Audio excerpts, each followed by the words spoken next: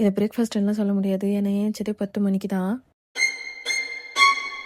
அதுக்கப்புறம் என்னடா சமைக்கலான்னு யோசிச்சு, சரி குருமாவும் சப்பாத்தியும் பண்ணலான்னு பிளான் பண்ணி தான் நான் சமைக்கவே ஸ்டார்ட் பண்ணேன். அண்ட் வந்துட்டு இதுக்கு ரெசிபிலாம் இல்ல. ஜஸ்ட் லைக் தட் எனக்கு புடிச்ச மாரி நாங்க 2 பேரும் சாப்பிடுற மாரி நான் செஞ்சுப்பேன்.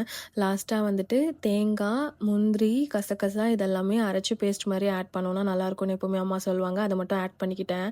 அண்ட் சப்பாத்தி செய்ய ஸ்டார்ட் பண்ணேன். சார் நான் என்ன சார் தப்பு பண்ணேன்? என்ன ஏன் இப்படி பந்தாடுறீங்க? என் ஹஸ்பண்ட் சார் வந்து பூரி போடுங்க அப்படின்னு சொன்னதுனால சாருக்கு மட்டும் பூரி போட்டு கொடுத்தாச்சு. அண்ட் வந்து எனக்கு நான் சப்பாத்தி போட்டுக்கிட்டேன். சண்டேனாலே 2 பேரும் கொஞ்சம் டைம் ஸ்பெண்ட் பண்ணணும்னு ரொம்ப ஆசைப்படுவோம். ஆனால் எப்பயுமே அது நடக்காது. ஏதாவது ஒரு பிளான் வந்துடும். அது மாதிரி தான் இன்றைக்கி எங்கள் சித்தி வீட்டில் ஃபங்க்ஷன்னு சொல்லியிருந்தாங்க. அதனால் அங்கே கிளம்பி போனோம். அங்கே போனோடனே ஹஸ்பண்ட் சார் என் கசின்ஸ் கூடலாம் சேர்ந்து கேரம் விளையாடிட்டு இருந்தாங்க. ஆனால் இவங்க தான் வந்து ஃபங்க்ஷன் பொண்ணு.